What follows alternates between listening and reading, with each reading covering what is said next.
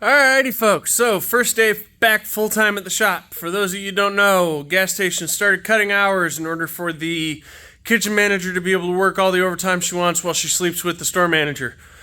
So, they cut me down to 10 hours. That made it no longer gainful employment for me. So, I went ahead and quit that job, came back here to the shop, and I couldn't have picked a better time because it just picked up like nobody's business, like today, literally today.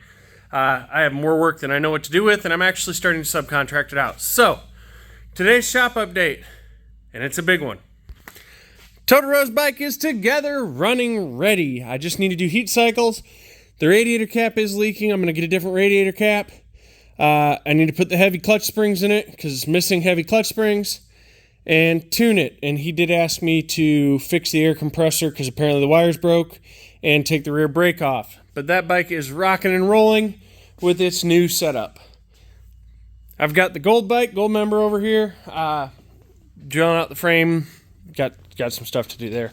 But his motor is completely together and ready to go in. So tomorrow, I'll be stuffing this bullet. I set a goal for myself. I'm back to those goals. I set a goal for myself to do the top end and cams on that motor, the top end and cams on that motor, and put them both in and have them both running today. Didn't quite get there. I did the top end and everything on both motors, but I only got Totoro's together. I could stay late and get this done, but my battery for my drill just died, and the other battery just went on the charger. So I literally can't finish what I need to finish to be able to move forward. So I will come back tomorrow and do that. I did start working on the gray bike, the Gen 2. So the check valve had a little piece of crap in it, so I do believe that is the reason for the oil in the turbo. But the main reason it came off the dyno before it ever started leaking oil out of the turbo was I started hearing a faint tick and a slight miss, and it was concerning me. So I went ahead and pulled it apart to check the valve adjustment and do a compression test. Did a compression test, it's dead even, beautiful. Checked the valve adjustment, and I got to remember my measures here, but I believe it was 10, 10, 11, 10, 11, 10, 0, 10.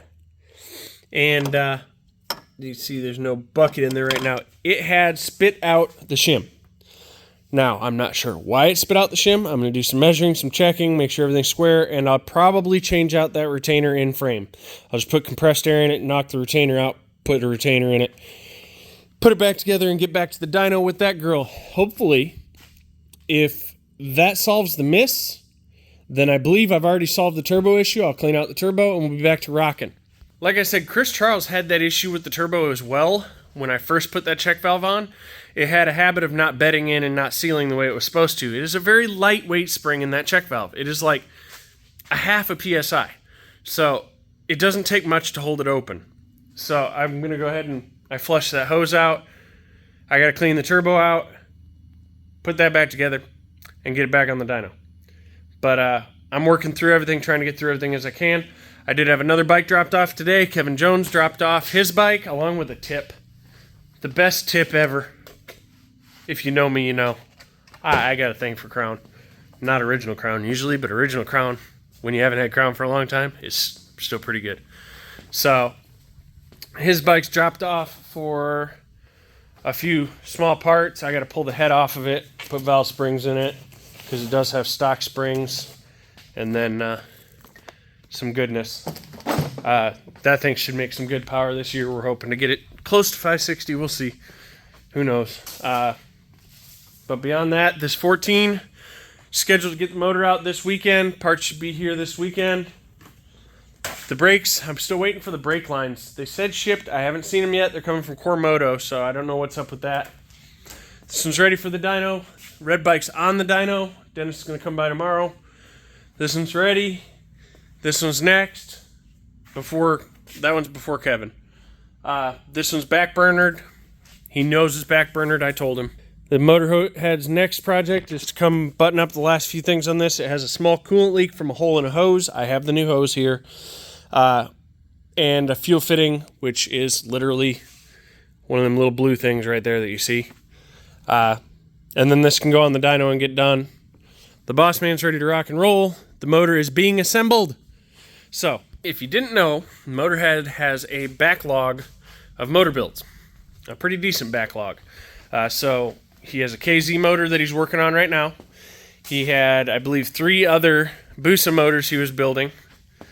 He's got those done. So he's working on the KZ motor, and then he's got that motor for that bike. That one just hit the bench today. It started assembly. So we're rocking, we're rolling, we're moving forward. We should be golden. Finally should be golden. I got several tunes lined up for the next week, so it's going to be busy. It's a good thing I quit that job. Y'all have a beautiful day. I'm going to go get some 7-Up, and I'm going to go drink and play Minecraft.